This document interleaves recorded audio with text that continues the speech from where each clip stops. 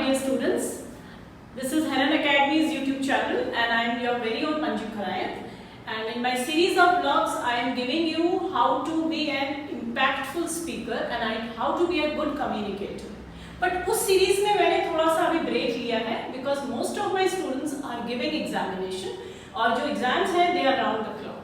So अब मैंने सोचा कि like according to the request of my students, so I am going to give you, मैं आप लोगों को specific points पे जो errors आते हैं और आप लोग जहाँ पे confuse होते हो, so those points which are very confusing while you are writing the exam, I will focus on that. मैं उस पे focus करूँगी जहाँ पे जो आपके grammar portion है जो आपको confusing होता है and the examiner is misleading you. Examiner आपको mislead क्यों करता है? कोई भी आपको क्वेश्चन सेट आता है वो क्लियर कट क्यों नहीं आता? वो क्लियर कट इसलिए नहीं आता क्योंकि एग्जामिनर जानना चाहता है कि that concept which you are learning, the concept which you are taking और the concept that is there in your mind is correctly understood by you और नॉट. और अगर आपने करेक्ट कॉन्सेप्ट को समझ लिया तो are you able to apply that concept correctly और नॉट. इसीलिए आप देखोगे कि एग्जाम में एक पैटर्न नहीं होता, देयर आर 2-3 पैटर्न्स टू जज you, right? So either they will be giving you fill in the blanks, then they will be giving you multiple choice, then they will be giving you true or false, and then they will be giving you to write 1 line or 2 lines. क्यों देते हैं examiner की? So that he wants to know that whatever concept जो आपने पढ़ा है आप उसको अप्लाई कर पाते हो कि नहीं. So this is very important when you are thinking that yes, I will take this test. मैं ये टेस्ट लूंगा. So अगर आप ये टेस्ट लेते हो तो उस टेस्ट में किस तरह से you have to comprehend the subjectivity of a particular subject, that is very important. So in this series which I will be giving you in these 5 to 10 days, उसमें मैं आपको concept by concept I will make you understand what is this concept all about. So today, not wasting much of your time, let me move to the concept. So the first concept that I begin, जो मेरे students ने मुझे request किया है कि ma'am इस concept पे मुझे हमें बता दो थोड़ा सा, which is little confusing, so मैं उस पे बात करूंगी. That is number 1, base is your pronoun. Base is your pronoun. So now the pronoun word itself मैंने पहले ब्लॉग्स में आपको बताया था. Pro is a compound word which means for. Understood? अब देखो कितनी इंपॉर्टेंट बात है ये. When I say pronoun, अगर ये मैं लगा दूं प्रोफेशन में, yes, अगर मैं लगा दूं प्रोफेशन में, so what do you understand by the word profession? For work. I am a professional. और मैं किसके लिए बना हूं? काम करने के लिए बना हूं. So pro is for. So wherever you fix the word pro, that means you are fixing it उसके लिए. So now when I say pronoun, so that means it is for the noun. And here my student sitting here, मैंने आप लोगों को शायद नहीं बताया होगा, which now I am going to tell you, हो सकता है slip हो गया. Now when I say pronoun, so pronoun is a word which we are using instead of noun. ये तो clear? Yes, एकता? ये मैंने आपको बताया था pronoun सचिन कि ये उसके लिए यूज होता है for noun. लेकिन you will be surprised to know that it indicates the object. It indicates the object.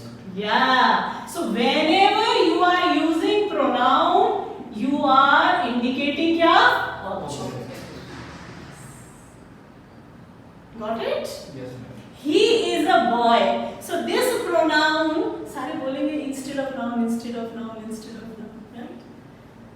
But सोचने वाली बात है, instead of noun तो है, but it is indicating what? The object. Yes. Right? So he is a boy. Okay? And when it comes to noun, so boy itself is a noun. Understood? So this is the concept of your pronoun or different blocks में when I will be giving you in detail, I will tell you each and every point of pronoun also. See, you have समझना है। क्यों? क्योंकि जो आप समझ के समझते हो उसको आप अप्लाई करते हो, उसको आप अप्लाई करते हो, और वही एप्लीकेशन आपसे एग्जाम में पूछा जाता है। तो इतने कोई भी एग्जामिनेशन इतना मुश्किल नहीं है जिसको इतना बड़ा हमने डरा दिया है कि ये देना है, वो देना है, टाइम नहीं है, ये नहीं है। अगर आपने समझ लिया, so everything is around you और आप उसको अप्लाई करते हो, you apply it. Understood? Now अब इस स्टडी में हम आते हैं नंबर द फर्स्ट वन। बहुत सारे प्रोनाउंस होते हैं, लेकिन आज जो मैंने टच किया है, जो स्टूडेंट्स ने यहाँ मुझसे पूछा है कि मैम इन दोनों के डिफरेंस के बारे में मुझे हमें बता दो। सो डेमोन्स्ट्रेटिव प्रोनाउन, अब मैंने आपको बताया व्हाट इज प्रोनाउन, जो ऑब्जेक्ट को इंडिकेट करता है, राइट। अब डेमोन्स्ट्रेट का मतलब होता है जो डेमो करके इंडिकेट करता है, जो डेमो करके इंडिकेट करता है। अगर वो डेमो करके इंडिकेट करेगा तो क्या हो जाएगा? This is a book, so it is indicating it to the object, but in indication ये क्या कर रहा है? डेमोन्स्ट्रेट करके बता रहा है कि this is a book. Understood? अब now when I come to demonstrative adjective, so जब मैं डेमोन्स्ट्रेटिव एडजेक्टिव में आती हूं तो then what it is? This book is good. So ये ऑब्जेक्ट को इंडिकेट नहीं कर रहा है, ये सब्जेक्ट खुद है। It is a subject itself. ये जो एडजेक्टिव है ये अपने आप ही नाउन को इंडिकेट कर रहा है। So noun is a subject itself, और यहां ये क्या कर रहा है? इस नाउन को डेमोन्स्ट्रेट करके बता रहा है। So this is demonstrative adjective. Same word जो दिस है और जो सेम वर्ड दिस है, दो डिफरेंट जगह डिफरेंटली यूज हुआ है। So this is a book means object को इंडिकेट कर रहा है, और ये this book is good means ये इस सब्जेक्ट को स्ट्रेस कर रहा है और इसको क्या कर रहा है? क्वालिफाई कर रहा है। इसको क्या कर रहा है? क्वालिफाई कर रहा है कि which type of book is this. Understood? So in this category अब हम आते हैं, जब आपको डेमोन्स्ट्रेटिव प्रोनाउन और इसका बात पता चल गया, सो नाउ अब हम आते हैं कितने टाइप्स होते हैं, हाउ मेनी टाइप्स, राइट। तो पहले कॉन्सेप्ट में हमें समझना होता है कि डेमोन्स्ट्रेटिव प्रोनाउन क्या होता है और डेमोन्स्ट्रेटिव एडजेक्टिव क्या होता है। फिर हम जाते हैं how many types are there. So demonstrative pronoun means वो प्रोनाउन जो ऑब्जेक्ट को इंडिकेट करता है। क्लियर? सो जो प्रोनाउन ऑब्जेक्ट को इंडिकेट करता है वो डेमोन्स्ट्रेटिव प्रोनाउन होता है, और जो नाउन को इंडिकेट करता है वो डेमोन्स्ट्रेटिव एडजेक्टिव होता है। It is very simple and very clear. Understood? इस कैटेगरी में that, these, those, such, one, someone, none, okay, same. So these are the different types of demonstrative pronoun. बिल्कुल घबराना नहीं है। आज के ब्लॉग में आपने बस ये समझना है कि डेमोन्स्ट्रेटिव प्रोनाउन जो हमारा था वो ऑब्जेक्ट को इंडिकेट करने के लिए बना था, और हमारा जो डेमोन्स्ट्रेटिव एडजेक्टिव था वो किसको इंडिकेट करता है? नाउन इटसेल्फ को इंडिकेट करता है और उसको क्वालिफाई करता है। अब नेक्स्ट ब्लॉग में I will tell you how to use these types of demonstrative pronoun, because हमारे पास इतने डेमोन्स्ट्रेटिव प्रोनाउंस होते हैं।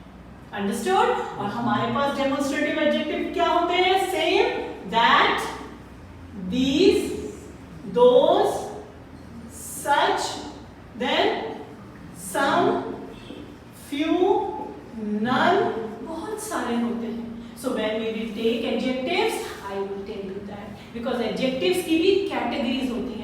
बट अगर हमने डेमोन्स्ट्रेटिव की बात करनी है, दोनों के डिफरेंस की बात करनी है, तो ये याद रखना कि अगर एग्जाम में आपसे नाउन के बारे में पूछा जाता है, so then it is qualifying the noun. वो नाउन के बारे में कुछ क्वालिफाई कर रहा है इसीलिए वो डेमोन्स्ट्रेटिव नाउन है।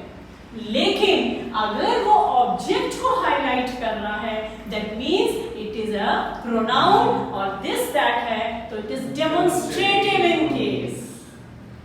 I hope you got this concept, and in my next blog I will tell you what are the different types of demonstrative pronouns and demonstrative adjectives with clear concept. बिल्कुल भी घबराना नहीं है, हमें concept को समझना है, because with your understanding only we perform. जब हम समझते हैं तो हम परफॉर्म करते हैं, जब हम नहीं समझते हैं तब हम घबराते हैं।